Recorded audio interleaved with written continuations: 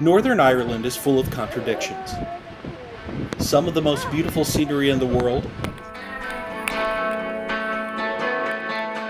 yet rain almost every day that so often keeps you indoors. Our new group of friends. Hi friends! Hi friends! The most friendly, welcoming people you could meet, yet walls and barbed wire fences run through cities in order to keep peace between neighbors.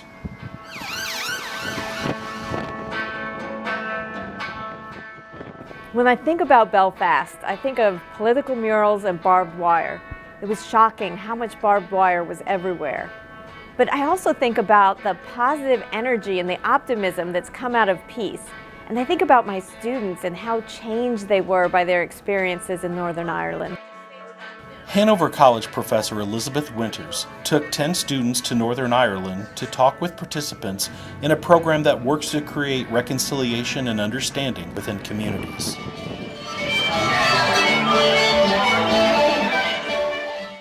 Every July since 1975, select communities in the U.S. have hosted groups of teens from Northern Ireland in a program called the Ulster Project. Here, members of the Madison, Indiana community have come to a fundraising dinner and auction for the group.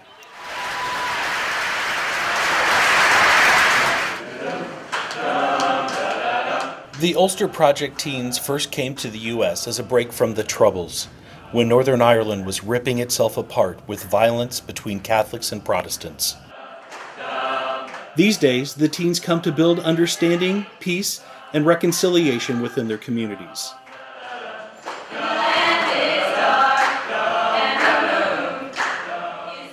While in the U.S., the teens engage in community service, discovery, and fellowship.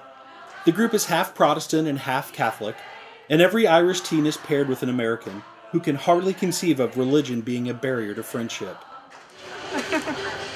May the road always rise to meet you, and the wind always be at your back. But to these host communities, Northern Ireland seems peaceful. So while they love having kids visit, many people wonder whether the program has much of an impact, whether it's even still needed. So Madison resident Elizabeth Winters decided to find out. She took students from nearby Hanover College who were learning about journalism and video production to Northern Ireland to interview former Ulster Project participants and gather their stories.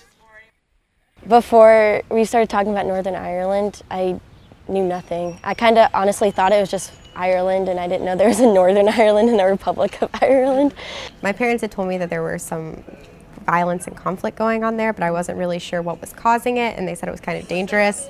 And they said if I had gone 10 years ago, I wouldn't be going on this trip. So I think it was really great that for class assignments beforehand, we got to do some research and some projects. I was assigned to study the paramilitary groups. And what came of the Good Friday Agreement? I have Northern Ireland's economic development since the Troubles.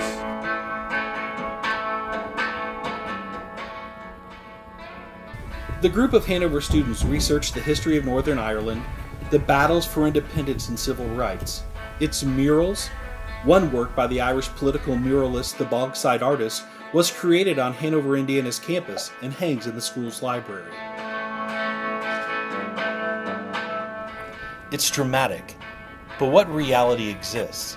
And what future is being created? Nervous about flying? Yeah, now that it's coming up, I'm just like, oh gosh, here it comes.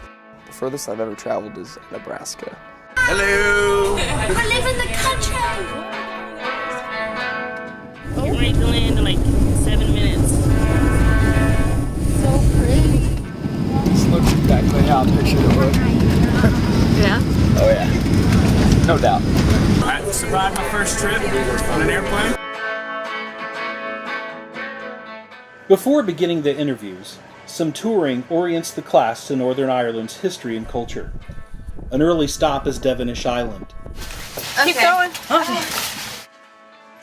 The 6th century monastic site features a 12th century round tower, 15th century church, and Irish high crosses.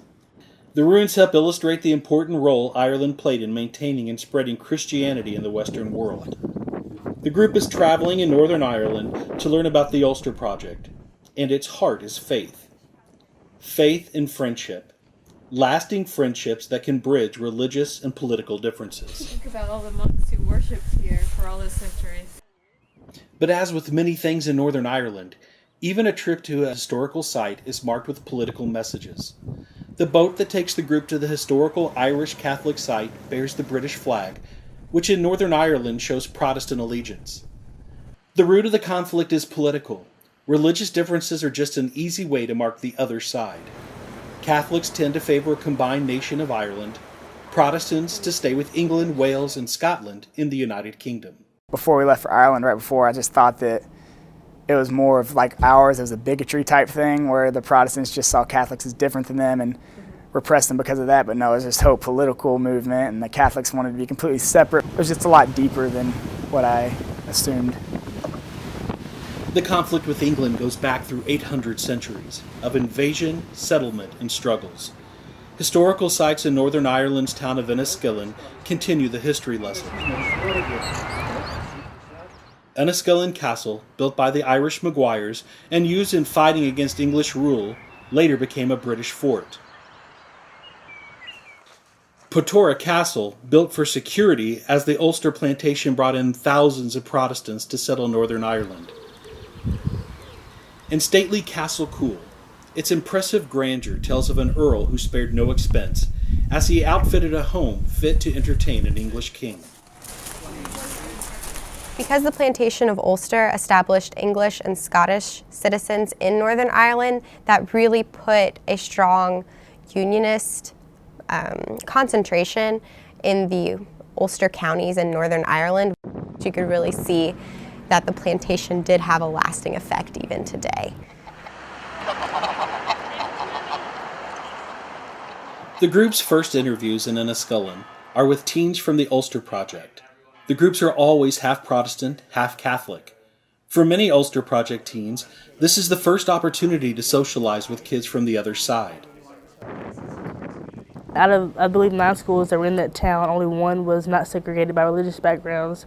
I think it was very powerful just for what that represents for that community. Hanover students Elise Martinez and Chris Rose interview the Enniskillen teens. I come from a very small village. It's about 95% Protestant. It's very much divided. There's kind of like a Protestant part and a Catholic part, and we don't really mix. Not out of like a choice, it's just the way it is. I've never really got the opportunity. Really upset me on how separate they are, because there's this one girl who did the project with me, and she lives right next door to me, and I did not know she existed until we both got on the project, because she's Protestant and I'm Catholic, and we didn't know we existed until we were on it. And we meet up a lot in Monet and we're best friends. But there's very much a lot of prejudice towards Catholics because there's a massive Protestant majority. It's the way it is, unfortunately, in my village. They've never really met a group of Catholic people or become friends with them, so they don't really understand that, they're just like us. There's no differences other than their faith, which should really join us. We're all Christians. You see it pretty much a day-to-day kind of thing. I often hear Protestants smell, Protestant girls are uglier, or just random things that have nothing to do with it at all, but people, I'm not sure they think it's true, but they say it anyway.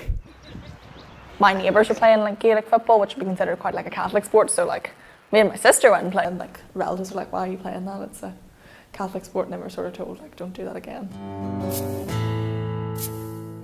I'm a Roman Catholic here, and I had never been inside a Protestant church before anywhere, and we went to a lot of different services, and I was really interested in it because we went to one service with a female minister, and I had never experienced something like that, and I really enjoyed it. Well, I'm a Protestant, so it was different going to see the Catholic Mass, which is very similar to the tradition I'm in. The Church of Ireland, it's very, very similar, but there's slight differences. And then you went to a Baptist church, or the denomination that my family was, the Calvary Chapel, and it was so different. People talk about the pool parties and then going out and helping people, but the time of discovery, it was kind of a surprise to me, and it was probably actually my favourite part of it, because we were discussing things like sectarianism, very much a very key issue in where we live, but we never get to discuss it. You get to explore opinions more, and you're open to more points of views, and you discover more points of views that you wouldn't have known about before. or why people had these views. But we had like 5 time discoveries. We done the main, like the poverty, the racism, sectarianism and classism. But on our last discovery we did like personal hurt, really personal stuff did come up from everyone, and it all kept, but you had all this like weight lifted off your chest. You really learn a lot and you meet a lot of people, and then when you come back it's just this whole new world has kind of opened up with all these people that you can now meet, friends of friends, and yeah, it's really opened up after that. But now coming back, I feel more passionately for peace and reconciliation and just for the leaders. We need to work together. If we can't sort out the past, we're never going to be able to sort out the present. You know, we did a lot of things in America on world problems. It wasn't always about the division between Catholics and Protestants. We did like poverty and stuff, and they all really interested me, and you know, it kind of affect how I want to do and what I want to be in the future.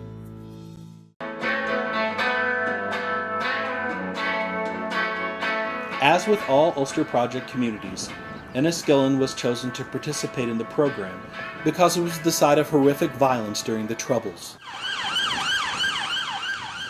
The Troubles is a euphemism for 4 decades of violence between Catholics and Protestants, nationalist and unionist paramilitary groups in which 3,500 people were killed, the majority civilians. One of the final straws to the conflict occurred at Enniskillen during a Remembrance Day parade, marked today by this memorial. The IRA bomb killed 11 people and injured 63 more. Many of the victims were elderly and children. Also at the site of the bombing sits the Clinton Center, named after the American President Bill Clinton. It's where the Hanover group stayed while in Enniskillen. When we stayed at the Clinton Center, which was really cool, I was like, why is it called the Clinton Center? Bill Clinton brought in George Mitchell, and they went over there and they pretty much helped them just sign an agreement to stop bombing each other and to have some sort of like segregated peace. Start office here, Clinton Center. Ulster Project Program Coordinator James McLaughlin oriented the group to the program's work in Enniskillen. You know, it was sort of a catalyst for change. On the tour, the town's Catholic Church and Protestant Church of Ireland sit across the street from each other. Until recently, a firm divide.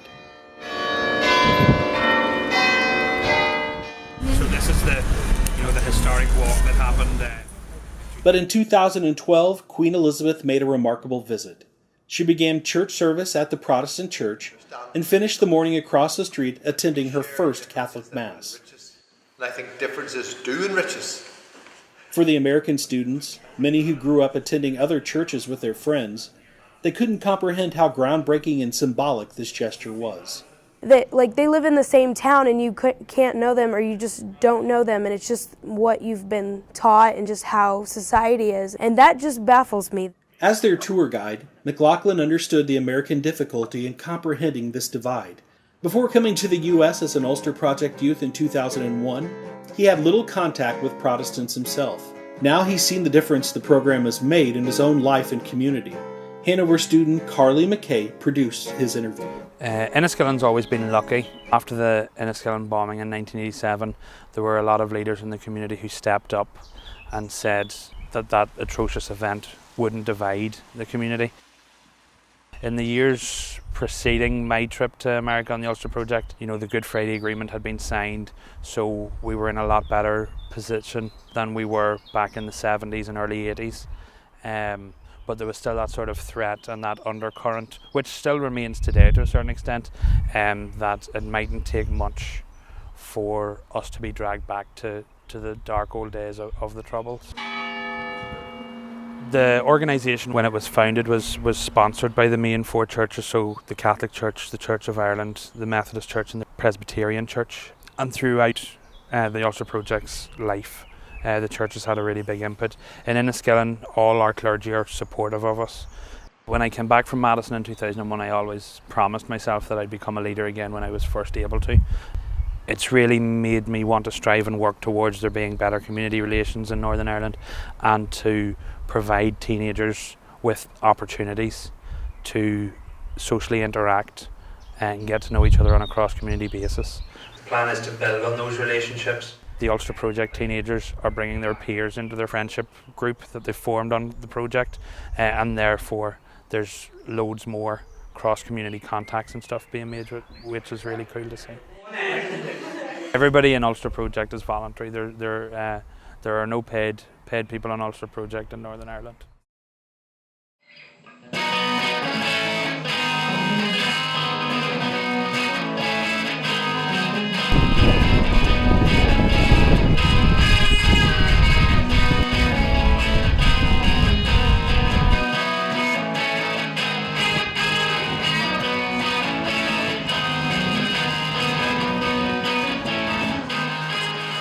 Next, the group is off to Belfast, where neighborhoods wear their hearts on their walls. As the Hanover group tours the city, long lines of demonstrators fan out along the streets to memorialize the death of IRA member Bobby Sands. Sands had been voted into Parliament while he was in prison, where he died on a hunger strike in 1981. But the titles of hero or villain are reversed as you drive through different neighborhoods. In this city, the sides are clearly demarcated. You can tell which one you're in by the flags and painted curbsides. Red, white, and blue and the Union Jack mark the Protestant Unionists with loyalties to the United Kingdom. Catholics fly the green, white, and orange of the Republic of Ireland. Dozens of fortified walls separate Catholics and Protestant neighbors. Some crossing points are closed off at night.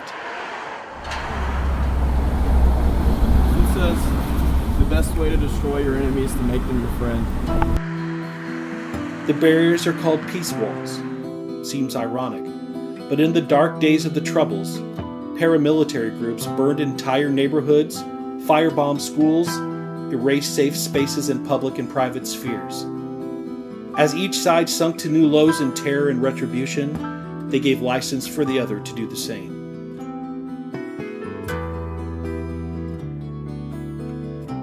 Despite decades of official peace, memorials to both perpetrators and victims remain, and commitments to remain faithfully partisan speak volumes about the fragile state of peace. Going there is really eye-opening to see the peace walls, to see the divided neighborhoods, to see the gates that were barbed off with barbed wire. It almost looked like some sort of a prison, but it was just to guard off neighborhoods. Was really shocking to me. In the interface area between these neighborhoods, the Hanover group found Ulster Project alumna Amy Gribben working at the community center that brings together Catholics and Protestant teens.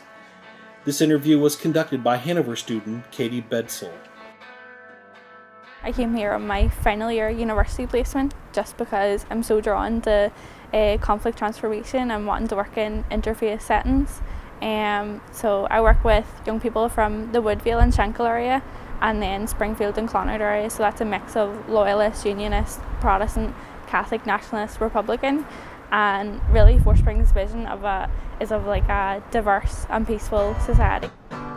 If they have any special interests, like maybe they want to do a parenting course or they want to gain qualifications, we'll set that up for them and meet their needs.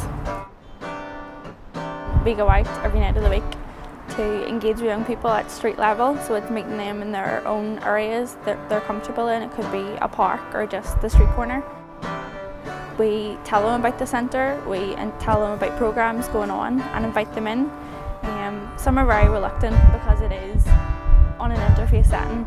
For Protestant young people, that means coming through a gate. They might be targeted. It also means at night the gate closes at 9 o'clock, so how do they get home? Fortunately, we have access to a private gate, which we're thankful to have, but even that's very off-putting and fearful for young people to do. There's been different incidents in the past. If we're out and detached, we'll get hit with stones or bricks or caught up in riots. I've witnessed young people making petrol bombs right in front of me to throw at the other community.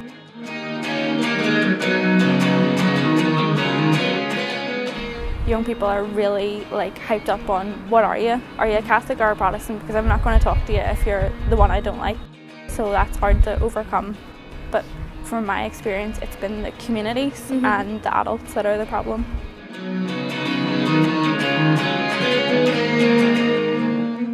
I would hope that the peace process continues and is encouraged by all members of society. I hope I can be a part of that.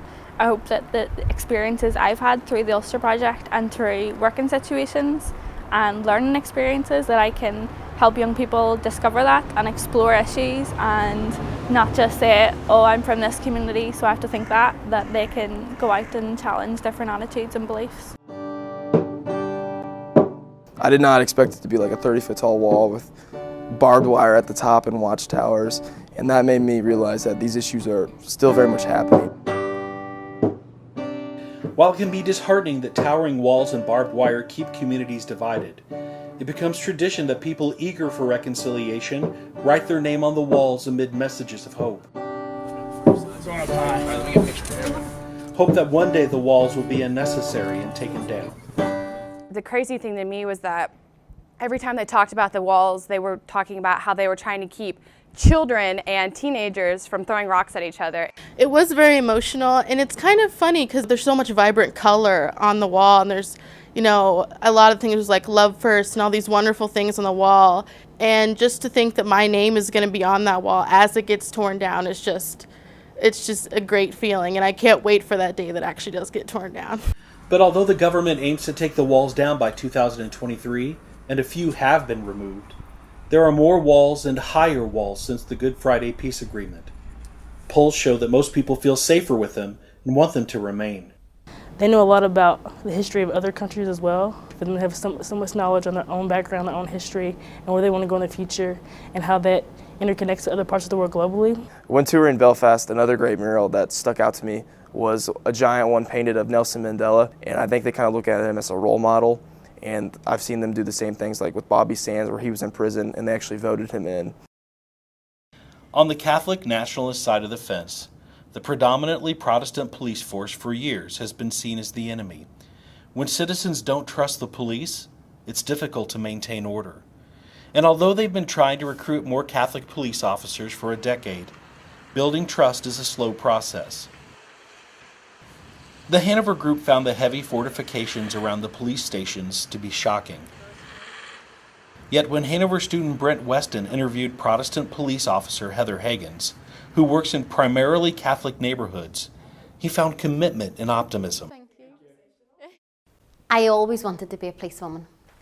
All I ever wanted to be from I was no size was to join the police. In the police you're taught obviously that you respect everyone. I could meet someone on the absolute worst day of their life. I could be there to tell someone that their child's never coming home again for whatever reason, a car accident, or they've taken a drug overdose, whatever the case may be, I could be there to tell them their whole world is about to fall apart. Maybe because I work in the area that I work in, and I know that most of the people I will be dealing with are from the Catholic background. But that isn't the forefront at my mind whenever I'm dealing with someone. I'm dealing with someone how I would want to be treated, how I would want to be dealt with, how I would want my parents to be dealt with by a police officer if they had to be. So although religion is always going to be in it, it's not really something that affects my life to a great extent. There is still hatred on both sides of the community, for both sides of the community. And I think without the Ulster Project, at least that's bringing the community together, because the kids might not have another opportunity to ever meet someone from another religion until it's too late. Until they're in their maybe very late teens to early 20s. And by that stage, you've possibly already lost it. The building you're in at the minute is the Community Restorative Justice Ireland. They are a group that have an office in Twinbrook. I work in Twinbrook, Polglass and Dunmurry Village, which would be classed as the Cullen area. Predominantly, it would be a nationalist area. And in years gone by, the people that live here wouldn't have interacted with police. Not that they didn't like us, possibly for the fear of comeback from other members of the community if they were to contact us or help us or give us information. If there's an issue that they don't want to contact police, they can contact the people here who will then contact us. Mediation can be done in this room. There will be a facilitator. There will be say it's a neighbour dispute where for whatever reason they can't live beside one another, but they can't move. So what do?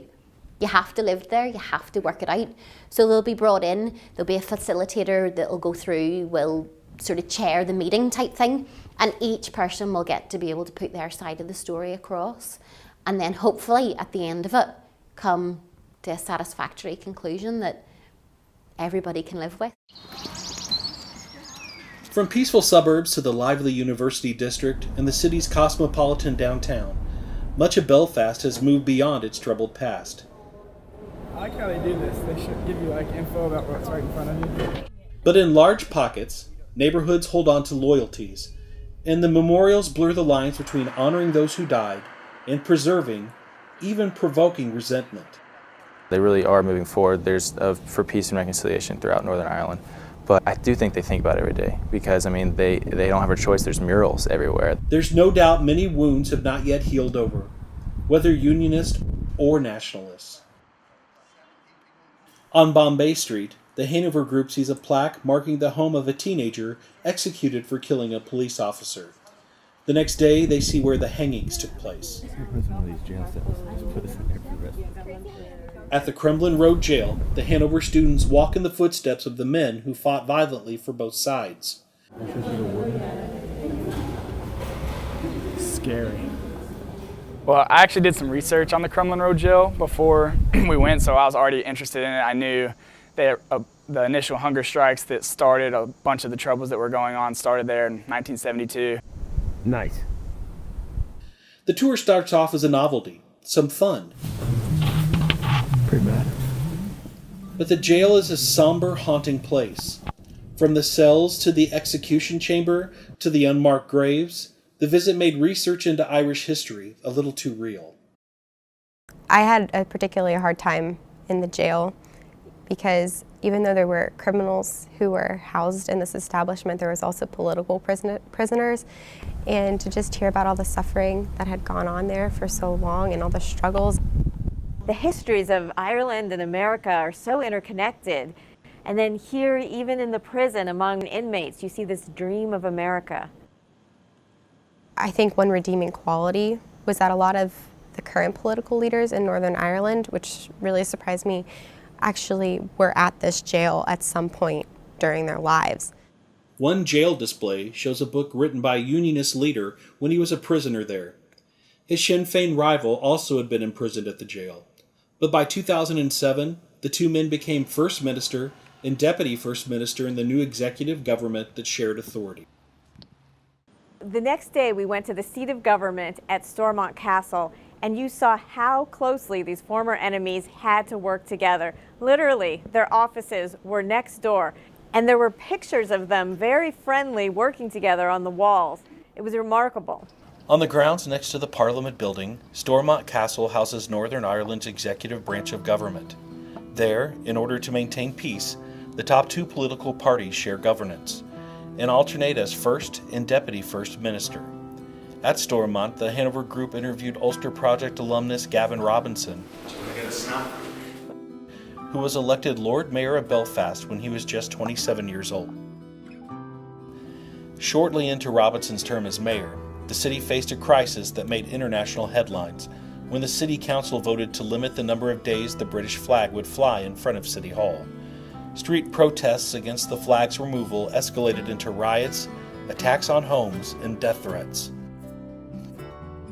After giving the Hanover students a tour, Robinson talked with Lauren Schultz. I'm from East Belfast in Northern Ireland. We have a little saying in East Belfast that I'm born, bred, buttered and battered in this part of the city. 95% of people that live in this part of the city would be Protestant and Unionist, so it is predominantly one-sided. And in that sense, growing up, I didn't get the opportunity to mix. even at a young age, at 15 or 16, it's hugely important. If I hadn't had the opportunity to challenge myself and to have, in a safe context as well, the opportunity for others to challenge me, I wouldn't have smashed some of the myths that were in my head, the perceptions that I had that weren't only negative, but potentially over the course of decades, growing up in my formative years, destructive. When we were in Milwaukee, we just realised how some of the issues that might have been prevalent in Northern Ireland just didn't exist at all. So from somebody from my background, somebody who's now a member of the Orange Order, for example, going to a Catholic church is not the done thing. In Wisconsin, we found a church in Milwaukee which was actually predominantly African American. The community in which I come from got to see something that ordinarily would not have been open to me, but enjoy it. And from that perspective, barriers were just removed.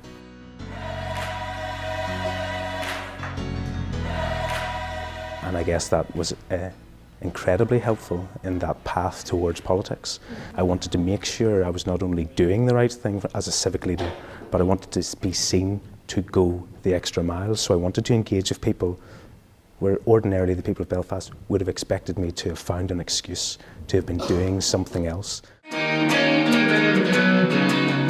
We then had a very destructive motion in the council around the flying of the Union flag, a civic symbol on a civic building, and that led to considerable on-street issues, protests, some associated violence.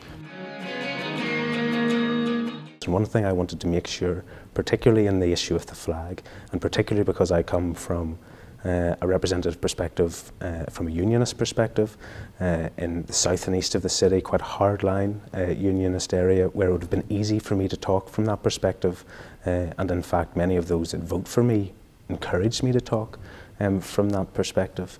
I refrained from doing so. I thought it was very much my role to stand up for the city as a whole, and when the city was hurting, they need a civic leader to stand by the city as a whole. And so that meant my job was to, one, work to bring about an end to the difficulties that we had on the streets, but two, to galvanise the large silent majority within the city who felt that what was happening on the streets was not reflective of them. To make sure that we continue to move forward and build a positive and a progressive and a welcoming city, one which is not only dealing with the issues that we have had, but one which is open and accessible for all of our international friends who wish to come and see us. Making sure that the future is not only a positive one, but a bright one as well.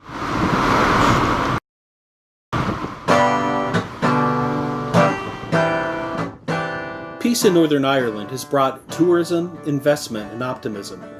One of the most visible signs is the booming Titanic Quarter.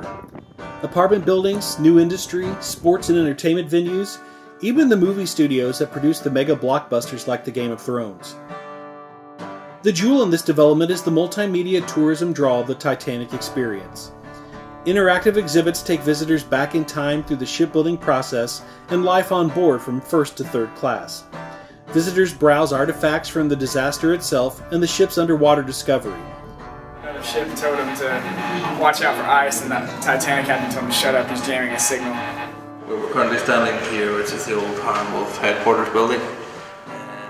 Titanic developers and Ulster Project alum James Eyre sees clearly the economic impact of peace. Reed Swisher and John Wittich produce his interview.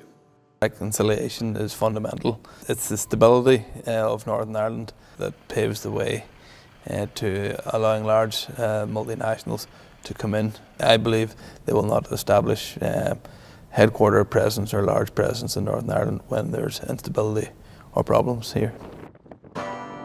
Belfast is the centre of, from an economic perspective, of Northern Ireland. So the growth of Belfast will ripple out into the regions.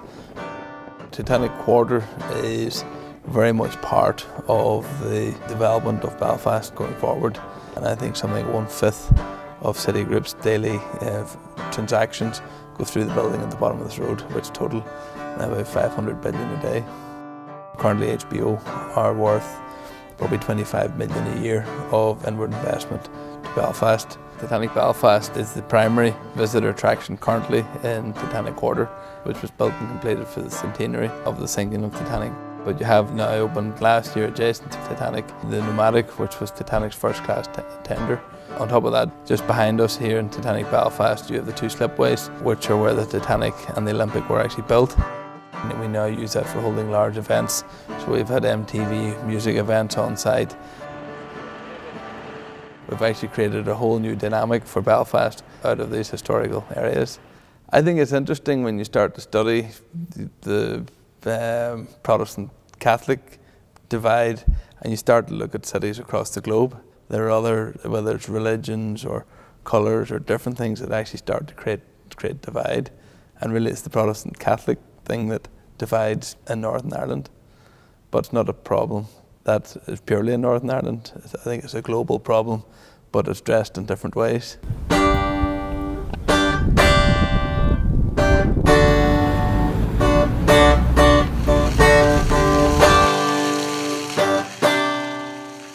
The divisions in James Eyre's hometown are still evident, even in its name.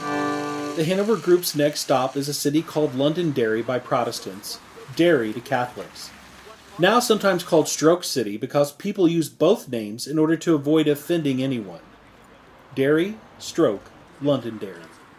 We heard about that, but we hadn't run into anybody yet. Everybody normally just said Derry. And the stranger on the street corrected us and said, "You mean Londonderry." Because the city was pivotal in Northern Ireland's civil rights movement, the Hanover Group visits to learn about the history of the Troubles and the situation today. The city's geography makes history come to life. 17th century fortress walls completely encircle the old city, the area that for centuries enclosed the government and Protestants who imposed their will on and were harassed in turn by the Catholics in the surrounding area. Cannons still point out of the walls as if ready for another attack. Some Protestant neighborhoods outside of the fortified center maintain their own peace walls, while the Catholic area offers an open-air art gallery as a shrine memorializing lives lost. Everyone you talk to has a connection to someone who has passed away or been killed due to any of the Troubles, knowing how hard it's been for the people there. The amount of security that they still need, there's huge 10-foot fences that block anything that's thrown at them. I did a lot of research on Derry before we went there, and they never really talked about the peace walls. All I read about was the walls that had never been breached, so the stone walls that had been there since Derry was formed. As they tour the city, the Americans learned that the civil rights struggle in Northern Ireland was inspired by the American civil rights movement of the 1960s. After African Americans in the U.S. protested laws that kept them from voting, having access to housing and jobs, so the Catholics began to protest similar laws in Northern Ireland drawn along religious lines. Being a person of color on this trip, I was blown away because a lot of times people don't want to talk about subjects like this, and we were right there, like getting down and dirty, learning about this. People that were involved, or their family was involved, or they grew up with these stories, relating to something else that I can relate to personally. Countries thousands of miles apart, they all usually have the same issues of human rights. Even here, less known is the Chicana movement, which is the Hispanic culture, the Mexican-American culture, which is sometimes not really talked about. So for me, I enjoy learning about other cultures and other struggles. In the U.S., without Martin Luther King Jr., I really don't know what it would be like nowadays. They kept it peaceful, so if it wouldn't have been peaceful, who knows what it would be like now. You can almost come to a realization that stuff like that does happen in America. I'm used to getting along with everybody, but there's still segregation as much as we don't want it to be. But just as Londonderry serves as a history lesson in conflict, it also serves as a testament to peace. The Peace Bridge was constructed in 2011 to connect historically Unionist with nationalist parts of the city. I think it's supposed to look like two hands shaking. Even though a lot of people want to fight, there are people who want to find reconciliation, and it really shows a lot of potential.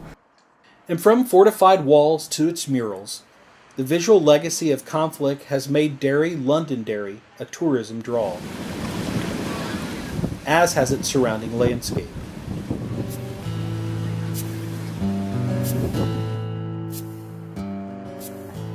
Between Derry, Londonderry, and Belfast lies some of the most remarkable coastline in the world. Old castles that seem ready to drop into the sea. The World Heritage Site Giant's Causeway. Its columns of stone carved into hexagons. It seems impossible that those rock formations aren't man-made.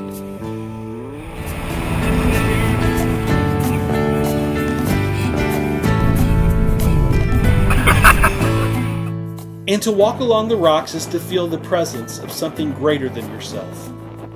But that's what peace and reconciliation require.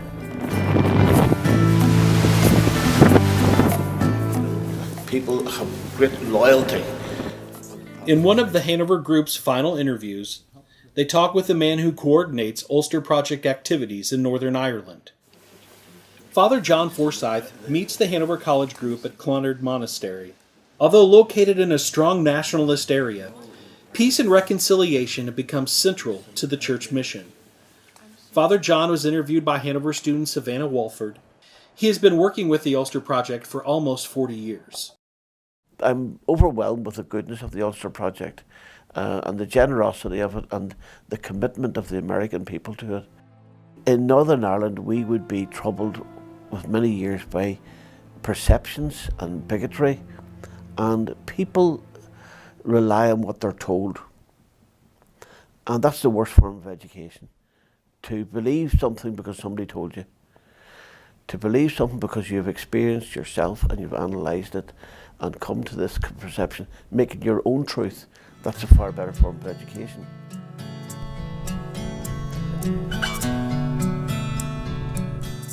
There's an awful lot of hope and life in our country, not just because of the Ulster Project, but that's only one part of the big jigsaw puzzle.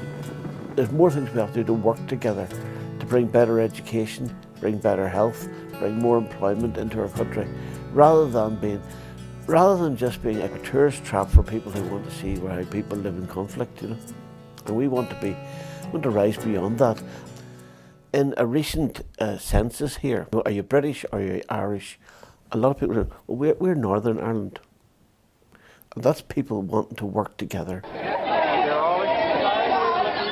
The Ulster Project takes them off to America for a month. And during that time, they think they're going on a holiday.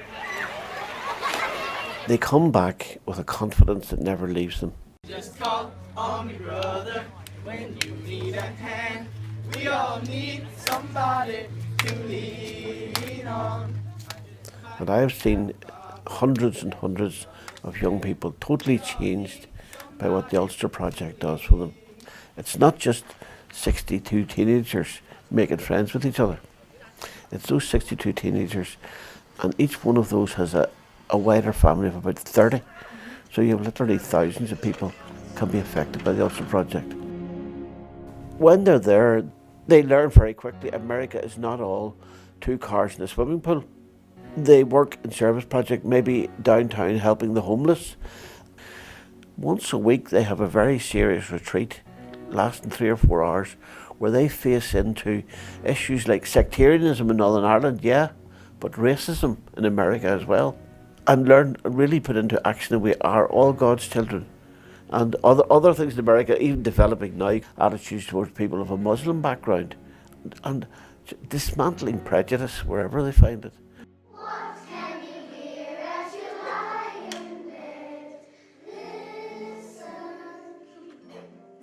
The Ulster Project puts its hopes in the next generations.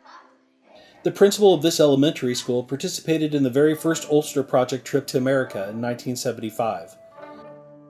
The school he administers is in the town of Portadown, which has seen clashes and killings centered around Unionist parades that march in July through the nationalist neighborhoods. Their destination is the church just down the road from his school.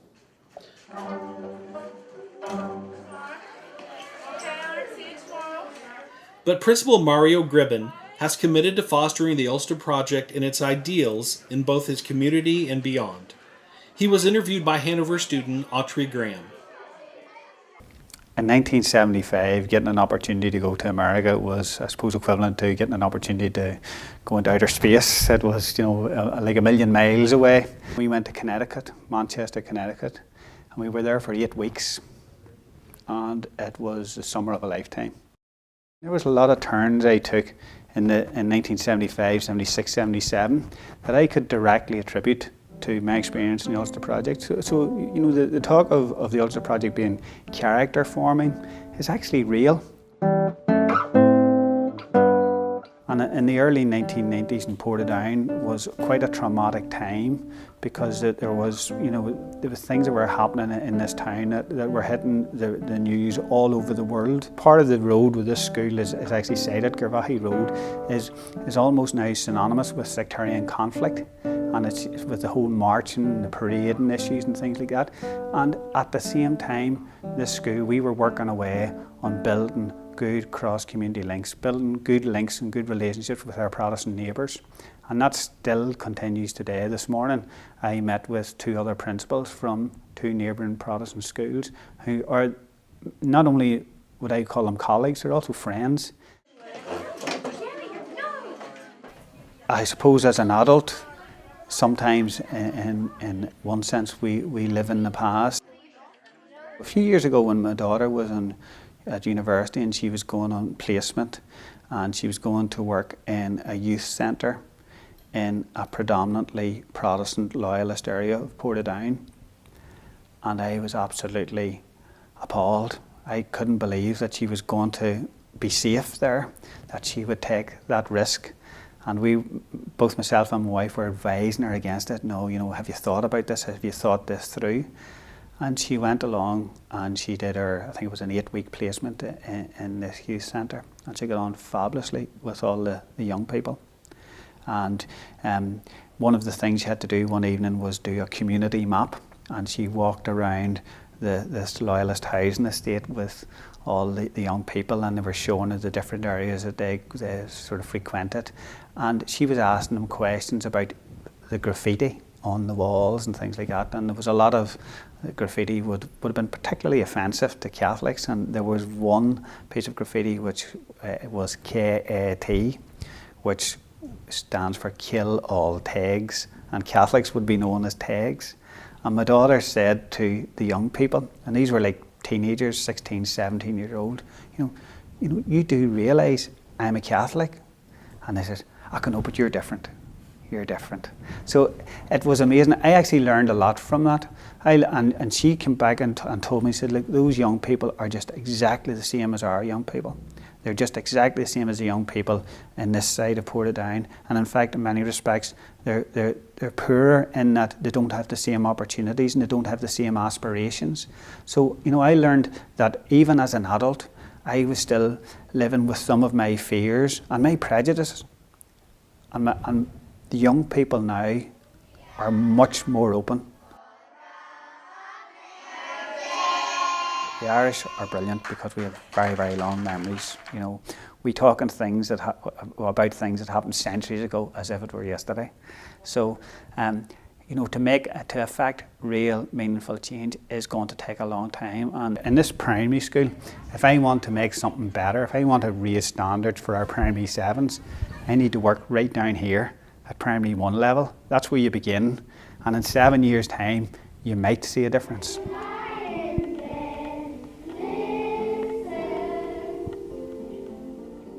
We gain a lot from the Ulster Project. Our teenagers gain a lot. But I'm convinced that your teenagers gain just as much. There's a thin line between the politics of America and the politics of Northern Ireland. I think there's a job of work to do in civic society across all developed countries. And I think it's important that we teach our young people, we show them that there are numerous possibilities and there are numerous answers to questions, and there's no one right answer. Oh,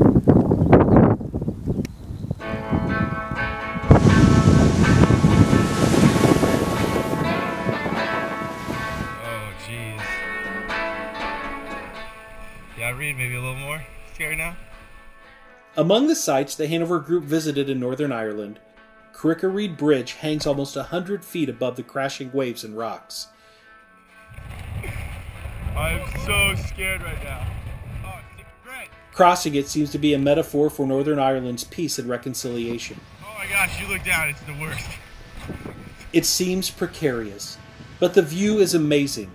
Just look up and keep moving forward.